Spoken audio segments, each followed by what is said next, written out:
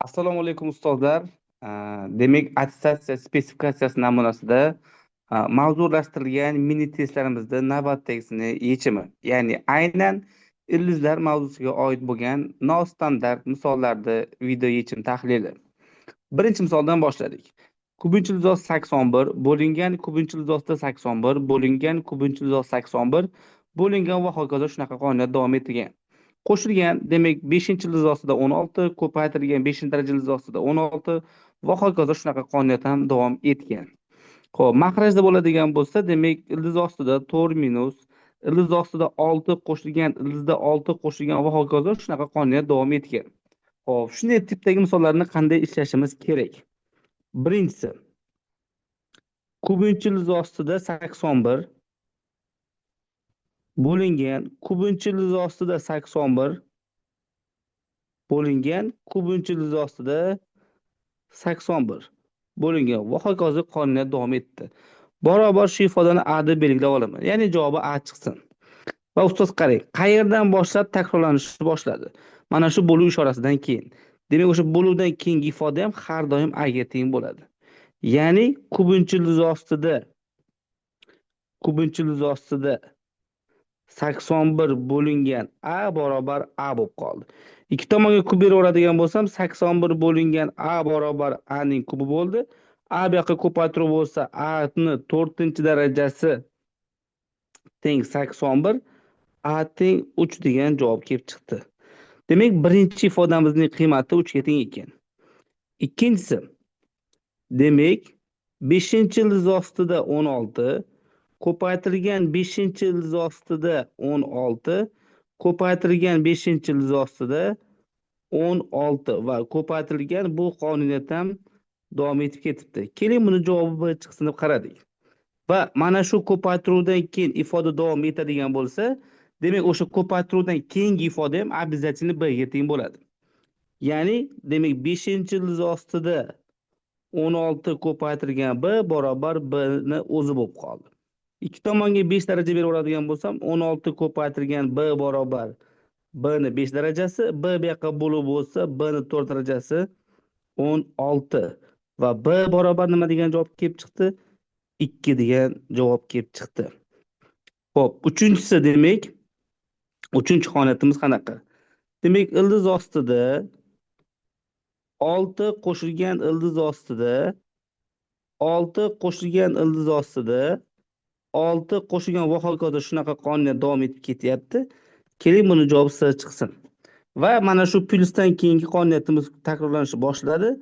Demak, ildiz ostida 6 qo'shilgan S barobar S bo'lib qoldi.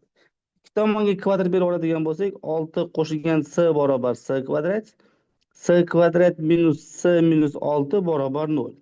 Bunda S barobar 3 va S barobar minus 2 degan javob kelib chiqadi. Faqat bizda S teng 3 degan javob to'g'ri bo'ladi. Chunki ildizim ichidagi ifoda faqat plyus bo'lib ketyapti va musbat sonlar ketma-ketligi va undan hech qachon manfiy son chiqmaydi. Xo'p, ana endi ishlaydigan bo'lsak nima bo'ldi? Birinchi ifodamizning qiymati 3 kelib chiqdi.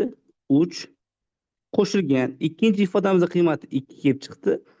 Taqsim ildiz ostida 4 minus 3-chi qonuniyatimiz javobi 3 chiqib qoldi. Demak 5 taqsim 1 bo'ldi va javob 5 degan javob bo'ldi. Va bu javob bizda A javobiga to'g'ri keldi. Xo'p, navbatdagi misol, ya'ni aynan milliy sertifikat imtihonida tushgan savollardan namuna. Xo'p, endi qarang ustoz.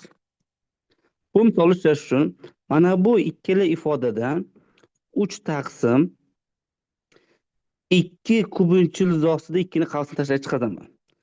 Ya'ni 1 taqsim 1 plus kubinchil izoh ostida 2 ayrilgan 1 taqsim 1 minus kubinchil izoh ostida 2 plus kubinchil izoh ostida 4. Demak, 3 taqsim 2 kubinchil izoh ostida 2 ko'paytirilgan. Mana bu ikkita ifodani irratsionallikdan qutqaraman. Ya'ni mahrajini irratsionaldan qutqaraman.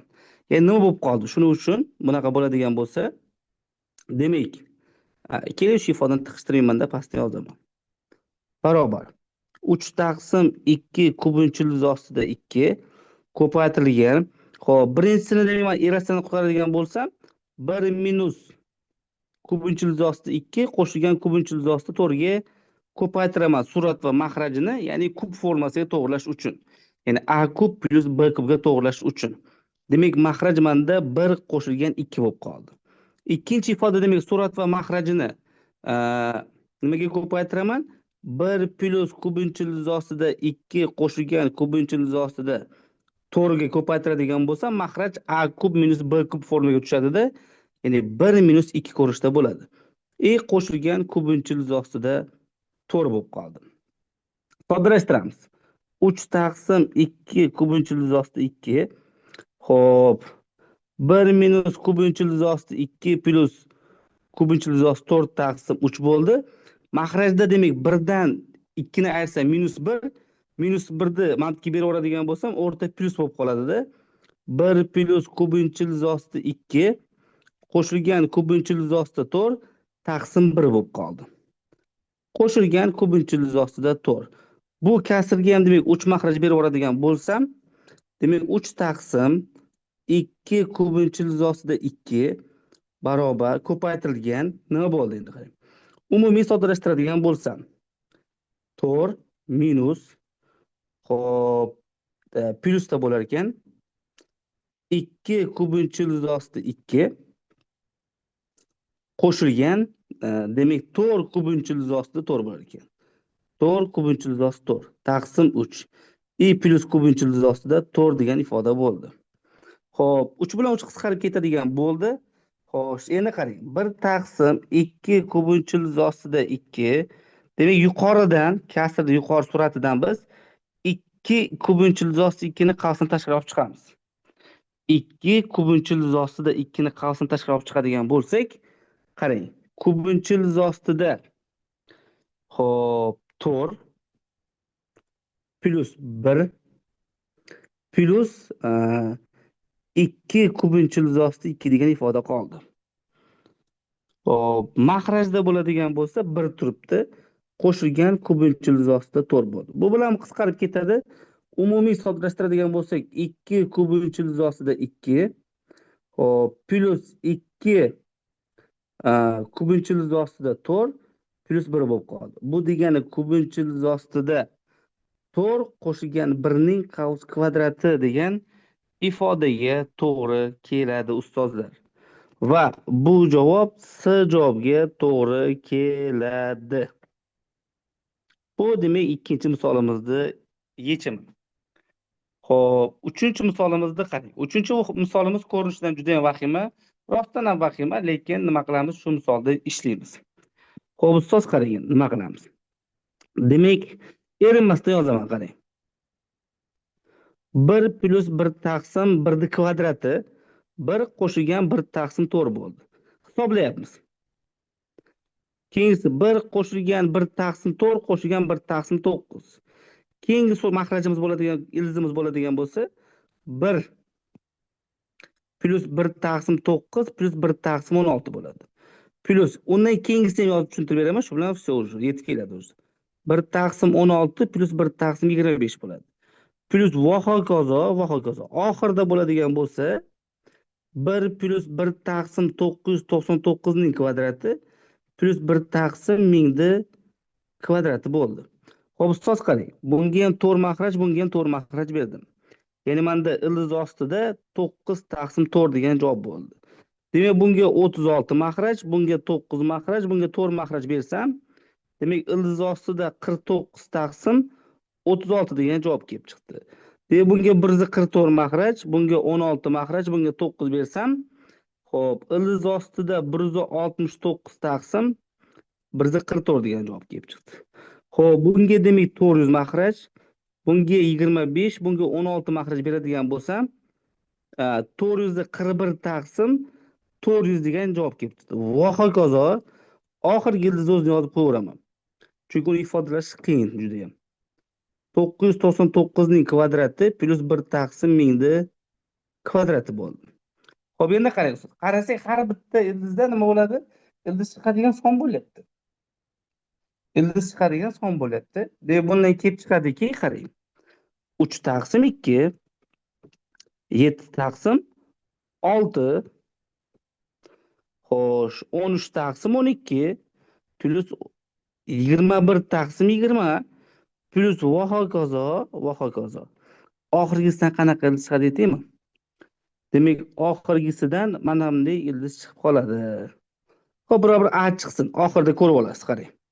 Mana bu 3 taqsim 2 ni 1 qo'shilgan 1 taqsim 2 qilib yozsam bo'ladimi?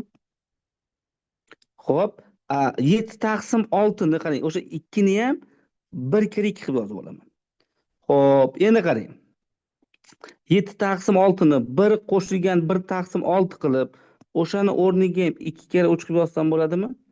13 taqsim 12 ni 1 qo'shilgan 1 taqsim 3 kira 4 qilsa bo'ladimi? Plus va hokazo, xullas ustoz. Oxiridagi mana bu ayimiz 1 qo'shilgan, 1 qo'shilgan. Xo'p, 1 taqsim 999 kira 1000 bo'lib qoldi. Xo'p, ustoz qarang endi. Mana bu birlardan 999 ta bo'ladi. Qo'shilgan. Endi qarang, 1 taqsim 1 kira 2, 1 taqsim 2 kira 3, 1 taqsim 3 kira 4 plus va hokazo 1 taqsim 999 kira 1000. Bu misolni mana yaxshi ishlashni bilasiz. 1 taqsim 1 dan 1 taqsim 1000 ni ayirib tashlaysiz. 999 qo'shilgan 1 taqsim 1 minus 1 taqsim 1000 bo'ldi. Demak, bunga 1000 mahraj beradigan bo'lsam, 999 qo'shilgan 999 taqsim 1000 bo'lib qoldi. Demak, umumiy javobimiz 999,999 degan javob kelib chiqar ekan. Va bu javob A javobda. Xo'p, 4-chi misolimizni qarang. Xo'p, 4-chi misolimiz ham turishi vahima, lekin juda ham oddiy bo'lgan misollardan biri. Qarang. Birinchi ildizni hisoblang, erinmasdan. Ildiz osti 2 bo'lib qoldi. Ikkinchi ildizni hisoblaydigan bo'lsangiz 6 bo'lib qoldi. Uchinchi ildizni hisoblaydigan bo'lsak, nima bo'lib qoldi? 12 bo'lib qoldi. Plus va hokazo.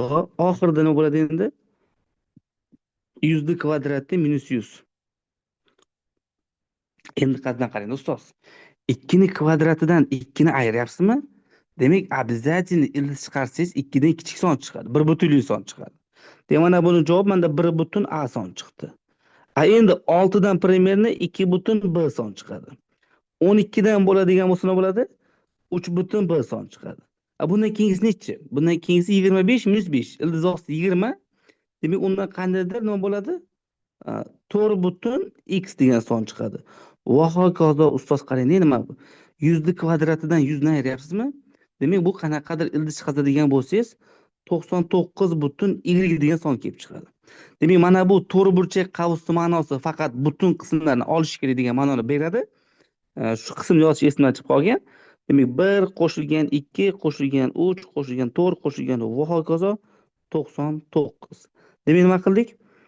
Arifmetik progressiya 1 qo'shilgan 99 taqsim 2 kira 100 bo'lib qoldi. 99 bo'lib qoldi. 99. Demak, 50 kira 99 bo'ldi. Demak, 4950 degan javob kelib chiqdi. Demak, javobimiz 4950, ya'ni C javobiga to'g'ri keldi. Xo'p, navbatdagi misol 5-misol. Xo'p, endi qarang, 5-misolda ustoz mana bu ifoda, ya'ni 6-ildiz ostida 9 qo'shilgan 4 ildizda 5, bu ildizda 5 qo'shilgan 2 ning qavs kvadrati. Qo'shilgan demak, kubinchi ildiz ostida ildizda 5 plus 2 ko'paytirilgan kubinchi ildiz ostida ildizda 5 minus 2. Xo'p, bu bilan 6 darajali ildiz qisqarib ketadi. Demak, bizda qoldi kubinchi ildizda 5 plus 2 qo'shilgan kubinchi ildiz ostida 5 plus 2 ko'paytirilgan, demak, kubinchi ildiz ostida ildizda 5 minus 2 bo'lib qoldi. Mana bu ifodadan 2 ta bo'lib qoldi. 2 kira kubinchi ildiz ostida ildizda 5 plus 2 ko'paytirilgan kubinchi ildiz ostida ildizda 5 minus 2. Mana bu ikkalasini bitta ildiz qilib yuboradigan bo'lsak, ildiz ostida, kubinchi ildiz ostida Ildizda 5 plus 2 ildizda 5 minus 2 bo'lib qoldi. Ya'ni bu degan 2 kere, ya'ni a kvadrat b kvadrat forma bo'lib 5 minus 4 bo'lib qoldi. Ya'ni 2 kere kubinchi ildiz ostida 1, 2 kere 1. Demak javob 2 bo'ldi. Va 5-chi misolimiz javobi a bo'lar ekan. Xo'p, demak bu aynan attestatsiya darajasidagi ildiz mavzusiga oid bo'lgan mini testimiz bo'ldi. Xo'p, manfaatli bo'lgan bo'lsa juda ham xursandmiz. Metod birlashma guruhlariga, matematik tanishlar guruhlariga, matematika bilan shug'ullanayotgan ustozlarga, tanish ustozlarga hammaga jo'natib qo'yinglar. O'sha ustozlar ham bizni bepul ta'limimizdan bilim olib, o'z darajalariga erishsalar biz juda ham xursand bo'lamiz. Omon bo'linglar, keyingi testimiz xudo xohlasa ertaga guruhga joylanadi.